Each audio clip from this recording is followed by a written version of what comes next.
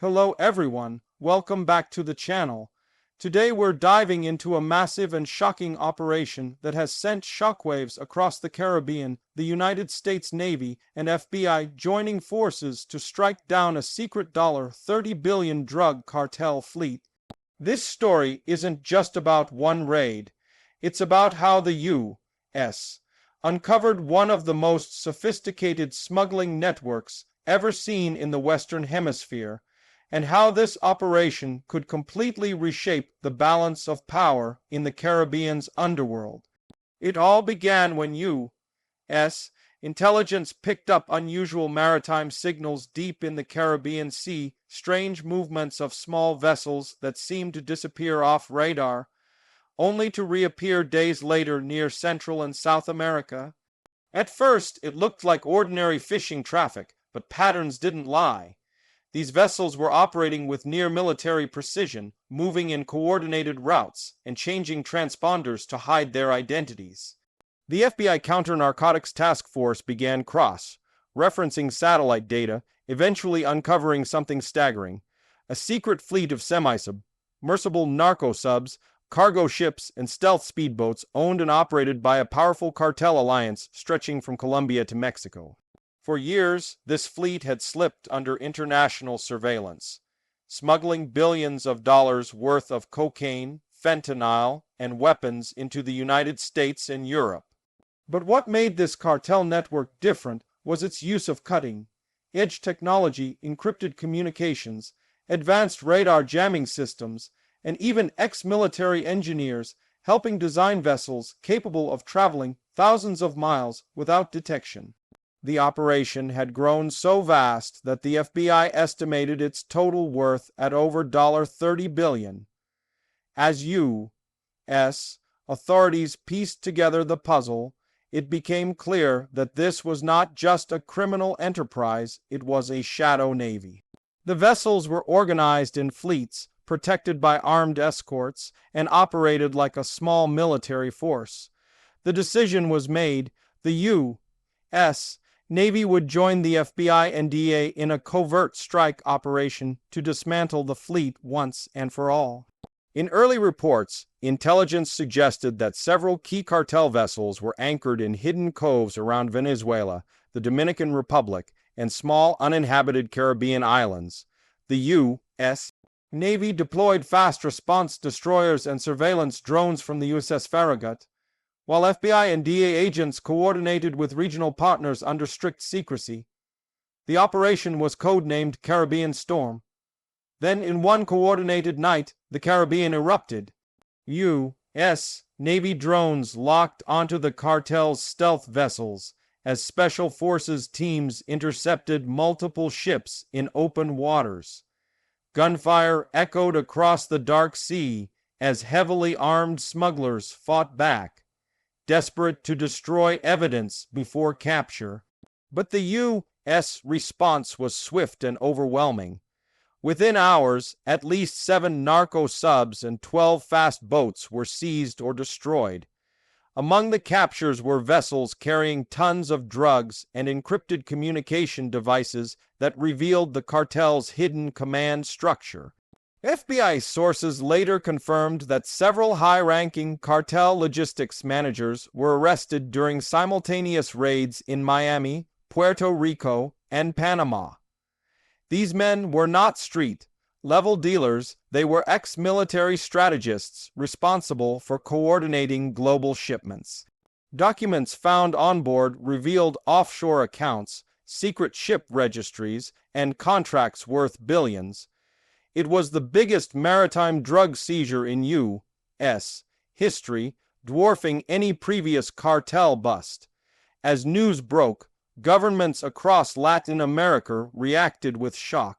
Some local officials privately admitted they had underestimated the scale of cartel maritime operations. The Caribbean, long considered a tourist paradise, had quietly become one of the busiest narco corridors in the world.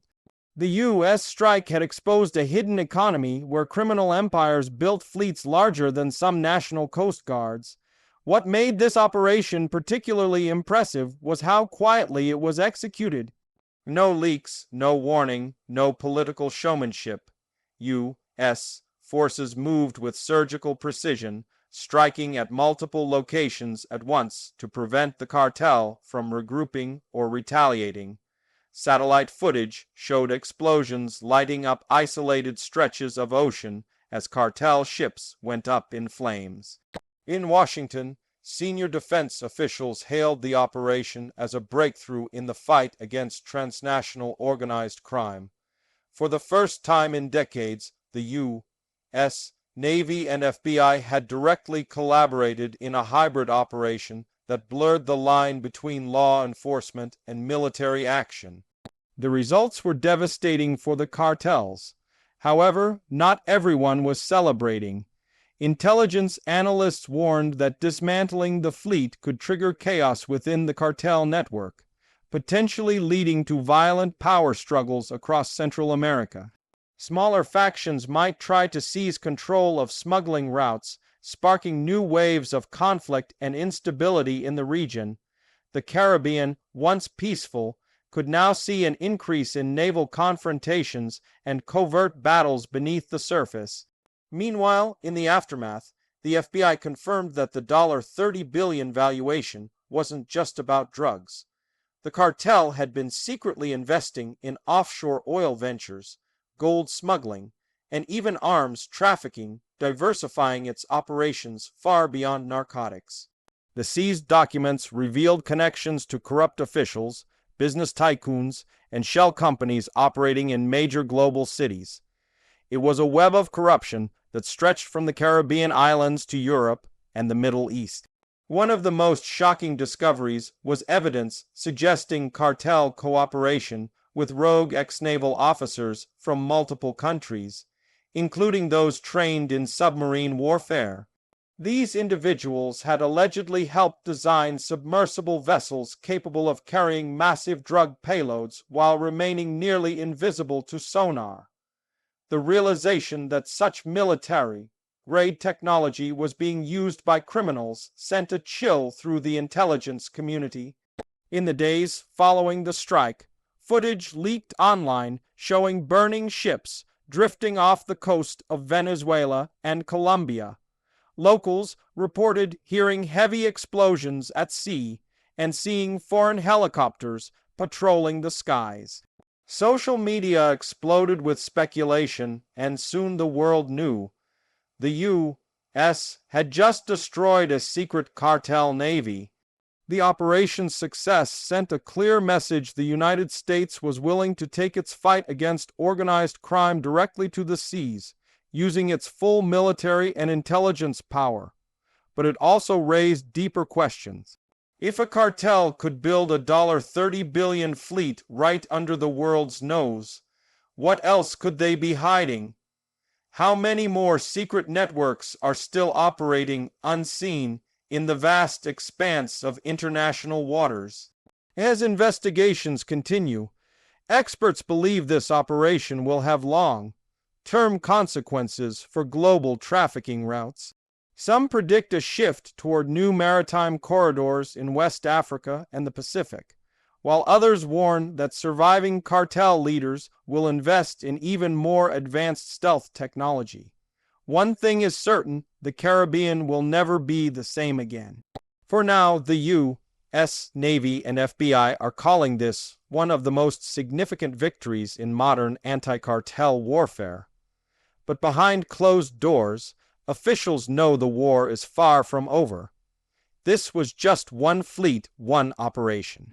The fight against global criminal networks continues, and the next chapter could be even more explosive. The world is watching closely. The Caribbean has erupted once again, and the message is clear. No cartel, no matter how rich or secretive, is beyond reach.